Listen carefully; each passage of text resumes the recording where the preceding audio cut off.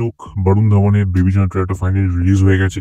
আর ট্রেলারটা আমার কেমন লেগেছে সেটা কথা তো বলবোই, বাট আমরা সবাই জানি যে থলপতি বিজয় তেরি মুভির রিমেক হচ্ছে এই বেবি জোন। বাট তারপরও মিকাসা যেভাবে মুভিটাকে প্রেজেন্ট করেছে, আমি 10 আউট অফ 10 দিয়ে দেবো সেই প্রেজেন্টেশনেরও। ইয়েস ইয়েস, বিকজ ভাই টোটালি মাসি লাগছে।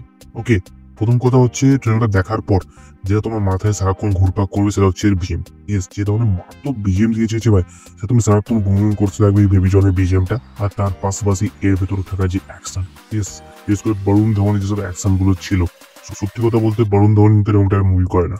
উনি মূলত রোম্যান্স, কমেডি এরকম টাইপের মুভি করেন। আর হানি বানি ওয়েব সিরিজ এর ভেতর বরুণ ধাওয়ান যে ধরনের অ্যাকশন করেছে, আমি শিওর ভাবে বলতে পারি বরুণ ধাওয়ানের মাসি আফতার পুরোপুরি পয়সা বসুল হবে।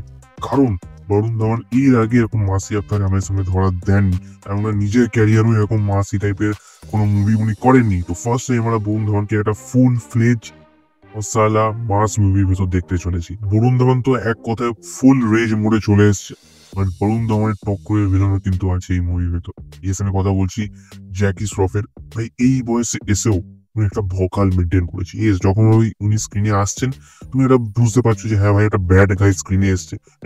যে ব্যাক স্টোরিতে থাকবে সেটা আরো বেশি ইন্টারেস্টিং করে দেবে এই মুভিটাকে। আর জ্যাকি শ্রফের স্টাইল আর সোয়াগ পুরোপুরি ভাইব দিয়ে দিচ্ছে যে যখন বরুণ ধাওয়ান আর জ্যাকি শ্রফের ফেস অফ হবে সেটা পুরোপুরি মেমোরেবল একটা ফেস অফ হবে। আর একেবারে ট্রেলারের শেষে সেই ব্যক্তিটার এন্ট্রি হয় যার জন্য এই বেবি জনের হাইপ ডাবল ট্রিপল হয়ে যাবে।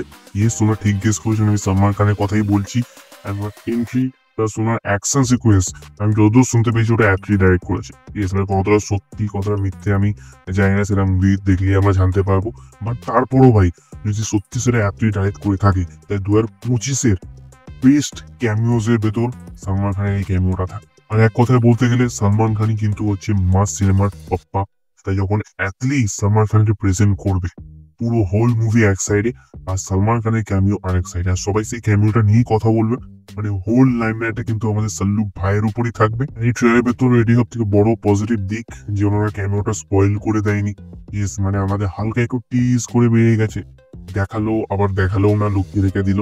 এখন এটা হালকা টিজিং করে গেছে ক্যামিওটা, যে কারণে আমি অবভিয়াসলি সালমান খানের ফ্যান্সরা তো এক্সাইটেড আছে এই বেবি জন মুভিটার জন্য। আর যারা নর্মাল অডিয়েন্স আছে তাই জন্য আমি এটাই বলবো যে মেকার্সরা বলেছে যে 3D মুভির টোটাল স্টোরিটাকে এনারা কপি পেস্ট করেনি, তার ভিতর হালকা হালকা চেঞ্জেস থাকবে। অ্যান্ড ইয়েস, এটা ইন্সপায়ার থেকে দেখে বাট টোটালি কপি তুমি বলতে পারবে না, তার ভিতর কিছু কিছু হালকা চেঞ্জেস থাকবে। এটা কতটা সত্যি কতটা মিথ্যা আমি জানি না, যদি থাকে তো অবভিয়াসলি মজা তো আসবে, কারণ আফটারঅল একটা ভালো ভাইবই দিচ্ছে। তো আমার এই বরুণ ধাওয়ানের বেবি জনের ট্রেলারটা তো এক কথায় বেশ ভালো লাগলো। আর তোমার কেমন লাগলো এই বেবি জনের ট্রেলার, তুমি অফকোর্স কমেন্ট করে জানাতে পারো। আর আমি পুষ্পা 2 নিয়ে কথা বললে তুমি চাও সেই ভিডিওটাকে চেক আউট করতে পারো, তোমার সাথে দেখা হবে আবার ঠিক সেই ভিডিওতে। সো